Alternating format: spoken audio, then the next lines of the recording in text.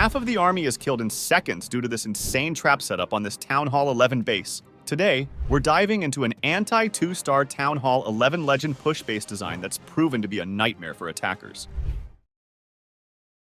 With the Town Hall snugly placed in the center and surrounded by dead zones on almost all sides, this base is built to keep those troops at bay. Let's break it down step by step. The primary goal of this base design is to maximize the chances of a 1-star defense.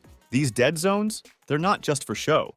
They play a crucial role in pushing enemy troops away from the Town Hall. But that's just the beginning. If attackers somehow manage to breach these defenses, they'll face an arsenal of key defenses, including multi-inferno towers and expos that are strategically positioned to deal serious damage. As you watch the replay footage, notice how the dead zones create a funnel effect. Troops get distracted, and the core becomes a treacherous place to navigate. The sweepers are essential for keeping air troops from getting too close to the Town Hall.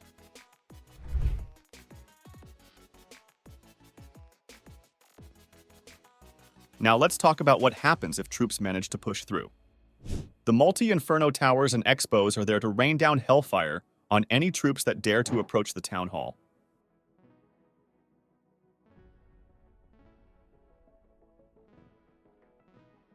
And let's not forget about the Archer Queen, who's positioned to support defenses against both ground and air attacks.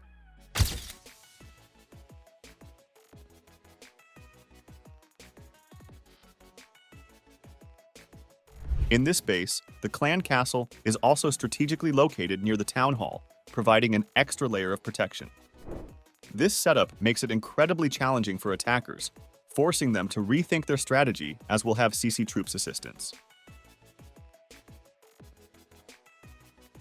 Speaking of strategies, let's talk about the ground expos. Positioned near the Eagle artillery, these ground bows are perfect for targeting queen charges.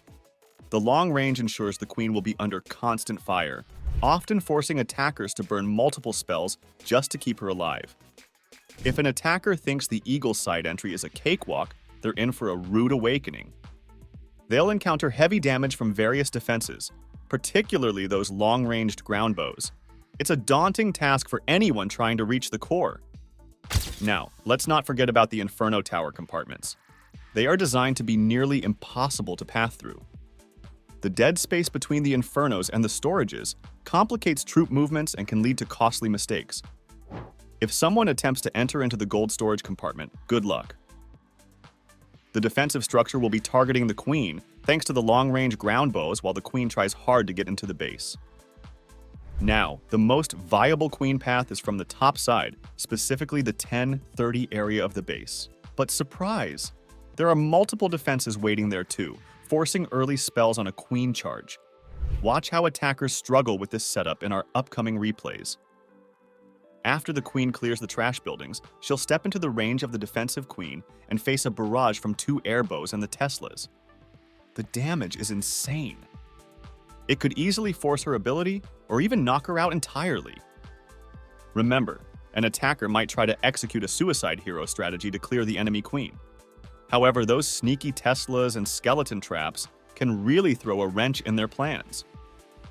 Now let's highlight a key setup that has worked wonders against the most common ground hits. In the 9-side compartment, we've got a 4-giant bomb setup that absolutely wrecks troops like miners, hog riders, super archers, and bowlers. Trust me, you'll see them getting obliterated in our replays.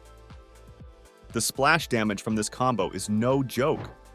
And just when attackers think they're safe, we've got a small bomb farm near the bomb tower, along with 2 bomb towers and mortars covering this area. Watch how quickly hog riders and miners get taken down without a second thought. Alright, let's switch gears and talk about air armies. Those dead zones we mentioned, they're not just decoration. They work wonders for keeping air troops at bay, especially when combined with sweepers in the core. Dragons and lava loon attackers will face heavy splash damage from the 2 multi-infernos and those pesky red bombs. The double multi-inferno combo, paired with 4 bows targeting troops in the core, makes it nearly impossible for any troops to survive. As we watch the replays, pay attention to how these setups dismantle air attacks. Now, let's dive into the replays and see this base in action. First up, we have a queen charge hybrid attack. The attacker starts the queen charge at the 10-30 side, which is expected. but right off the bat, she runs into multiple defenses. With the defensive queen targeting her, the attacker is forced to use her ability early. Watch how this setup works. As the attacker deploys the siege barracks and sets up a king funnel on the 9 to 730 side, the miners and hogs are sent in, aiming for the core. But surprise! The giant bomb setup does its job, and the warden is popped too late. We're left with just one miner and one hog from the entire hybrid group. But that's not all. Defensive headhunters come rushing in, and while the attacker manages to deal with them using a poison spell, it's too late. The queen decides she doesn't want that 2-star and walks away from the town hall.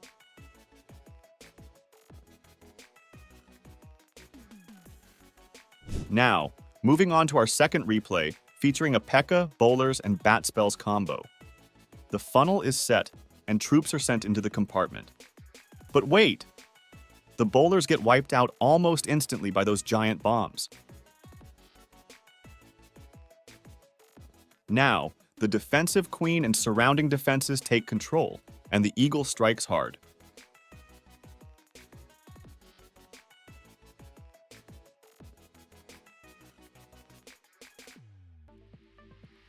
As we approach the bat wave, we see the ice golems tanking for the wizard tower. But with 2 wizard towers and a tough-to-path inferno remaining, it's game over for those bats. In our third replay, we have a lava loon attack. The attacker begins by clearing the 3 o'clock compartment and using zap spells to clear one of the infernos. But the queen is a bit tricky. She's duped, and the CC troops target her. The headhunters are relentless, and even under the poison spell, they pop the queen's ability.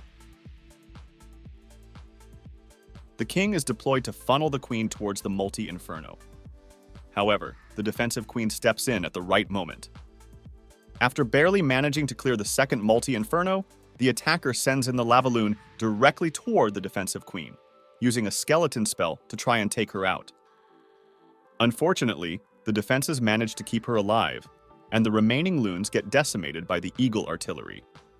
Notice how, due to the dead zones, the minions can't even get near the town hall, resulting in a 1-star.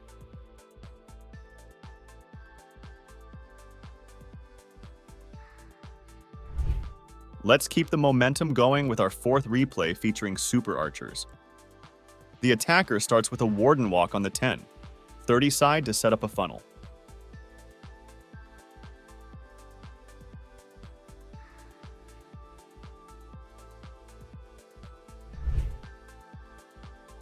The siege barracks goes down on the 9 o'clock side.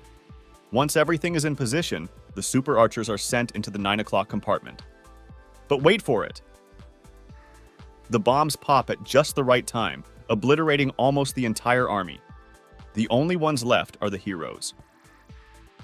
Miraculously, the attacker gets lucky as the queen targets the perfect wall, giving her access to the town hall. While this ends up being a 2-star, it's still a low percentage, making it a solid win for us. Now, let's wrap things up with the final replay, a queen charge hog rider attack. The attacker knows that starting the queen charge at the 10, 30 side is key to taking out the defensive queen. But with that insane DPS from the Tesla farm, the queen's ability is forced even under rage spells. As the hogs are sent in on the 9 o'clock side, the attacker smartly pops the warden ability to keep them safe. But wait! Splash damage still awaits as the hog riders charge into the core. They soon encounter 2 bomb towers and a small bomb farm, which turns out to be a furnace for hog riders. Another 1-star defense in the books. And there you have the Town Hall 11 anti-2-star base design. If you enjoyed this analysis and want to see more, don't forget to check the links in the description for base layouts. Stay tuned for more bases and tips in our next video. Until then, happy clashing!